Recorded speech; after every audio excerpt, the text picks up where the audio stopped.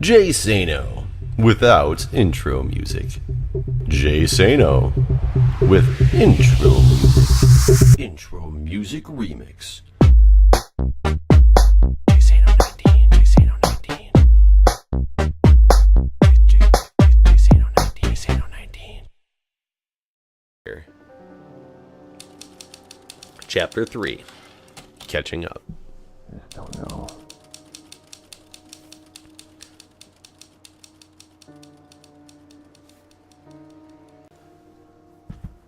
Okay, welcome back everybody to the Netflix style playthrough of The Novelist, where we try to make all the wrong choices.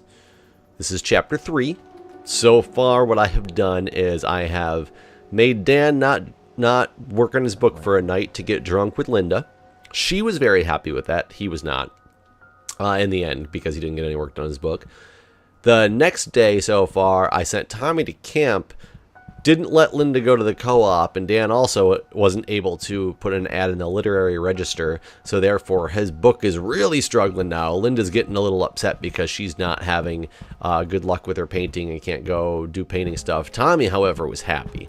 So, I want to stress this is perfectly normal for some children to fall behind in specific areas. Tommy may be struggling with reading comprehension, but his verbal and visual abilities are excellent. So basically, this is the same as the original playthrough as well. He's struggling a little bit, and they want people to spend time with Tommy and tutoring him. What does Tommy say? Daddy says the candy store is our secret. Uh-oh, took him to the candy store. So let's see what you got in your mind here, kid. So he's still sad about Dad, even though he was happy with Daddy. He was a hero for a minute, it said. Where are you at? Are you in your room? Yep. Will it make me smarter? Honey, listen to me. You are smart. So that's about the tutoring and stuff. Hey, bud. Hey, Dad. Okay. Should I have run the ad? I don't know if it would have helped the book, but I still spent all day kicking myself. Did I cop out? Is there some other reason why I didn't want to put the book out there yet? How am I supposed to believe I'm doing something that matters if I'm scared to tell the world about it? Damn it. Way to build your confidence, Dan. Okay, so he's very not happy with himself for not putting the ad out there. Oh, he must be upstairs. Whoa. I got to you. I'm sorry. I shouldn't have snapped. I just...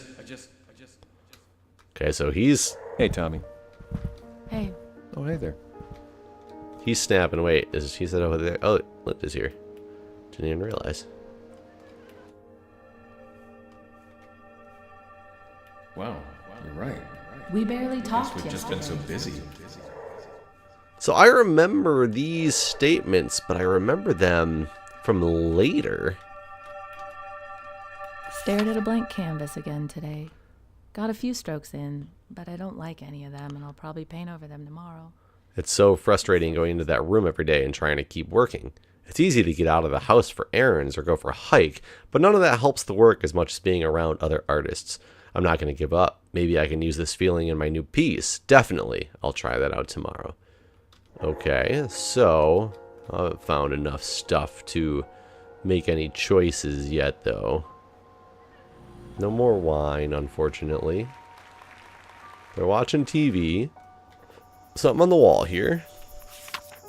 Weekly outing wear, Tuesday movie night, family dinner, 2 old-fashioned picnic, farmer's market list. Dan and I had a good conversation today. Well, we'll have to wait and see if it was actually good, but I feel like I got my point across about family. So we've been getting a little afraid in the whole thing lately. It reminded me of something Anne said one time. Love is behavior, not an emotion. Blah, blah, blah. She wants everybody to eat together at 7 o'clock every night with family time after that. Tommy goes to bed at 8:30. We'll get a solid hour and a half as a family, and then Dan and I could have the rest of the night to ourselves. Okay, so this is where she wants basically Dan after 7 o'clock to be family time and not work on his book anymore. So she wants for them to sit around the table. Tommy, Stevie and Keith get it. What do you got in here? Bless. He's getting made fun of. He doesn't like Here we books. So what's he want? Well, he doesn't really want that, but that's his thing is the Lonnie book. What is it that Dan wants in this one? Because this one we might do the table thing. Time. This would all be easier if I didn't ever have to sleep. Last night after Linda went to bed, I spent some time, there's that word again, trying to make everything fit. Even drew up a little chart. The math is simple. It doesn't work. Technically, I could still get in 8 hours, assuming I don't eat or need to do anything that's not writing. But what about letters, reading, dealing with Paul? Hell, what about doing the dishes or taking out the trash? Not to mention that knocking off for the day isn't like flipping off a switch. It takes time to crawl out of my head and start functioning like a normal person again. And I can't just split up into smaller chunks either. Sometimes it takes an hour of false starts just to get going on anything usable. And stopping just sends the whole process right back to square one. Something's got to give. Okay, not sure what you're looking for. No. Is that a gun belt? What is that?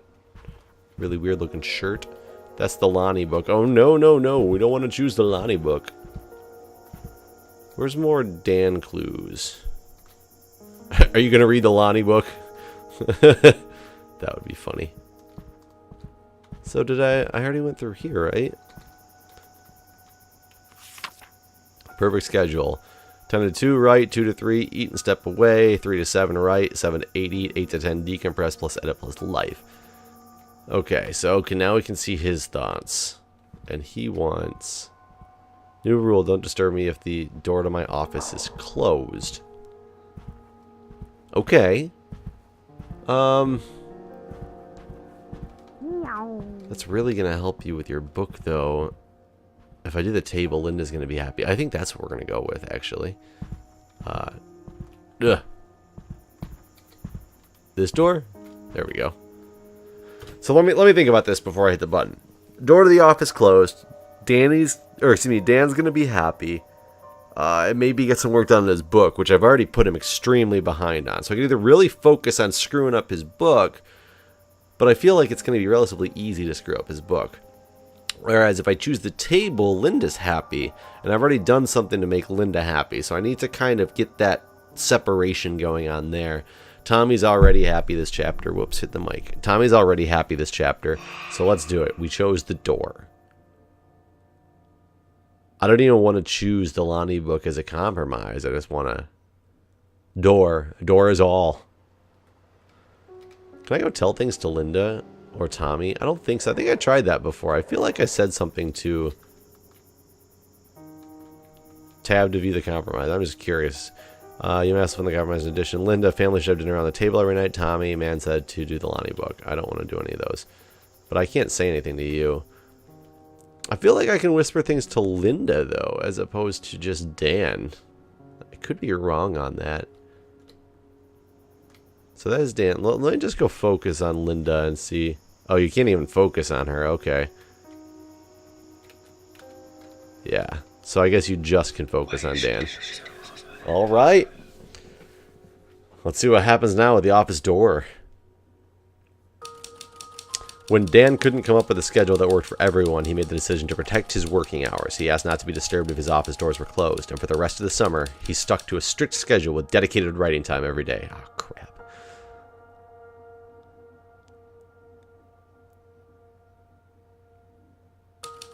Linda and Tommy got used to eating dinner without Dan, and most nights he stopped work just long enough to kiss Tommy goodnight before heating up his dinner in the oven. Dan and Linda still found time to catch up a few nights a week, but most of the time, there were ships passing in the night, each on their own course.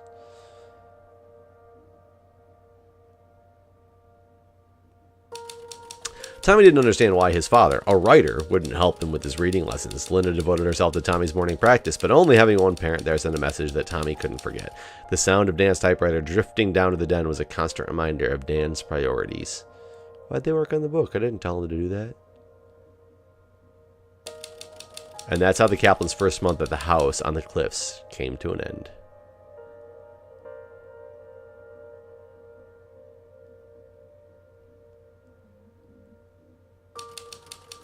Dan sent what he had so far to Paul. It went badly. Dan knew the work wasn't very good, and Paul echoed the judgment. He promised to keep the news from Grove Field for the time being, but Dan told without major improvement in quality, something, bad. The next day, Dan made a good on a promise to take Tommy into the woods and look for arrowheads. Though he barely had the time, Tommy could tell his father was disinterested. But once he found the arrowhead, his spirits improved a bit. Dan waited while Tommy explored, but didn't join in. And shortly after Tommy found the lone arrowhead, they returned home. Okay. A few nights later, Dan and Linda got a babysitter and went out for a date. But they both felt like they were going through the motions and could barely carry a conversation. They knew their first month at the house hadn't gone well, that their trip was not saving their marriage as they had hoped. What could have been a pleasant night out was an awkward and troubling instead. They still had 2 more months in the coast, and their story was just beginning.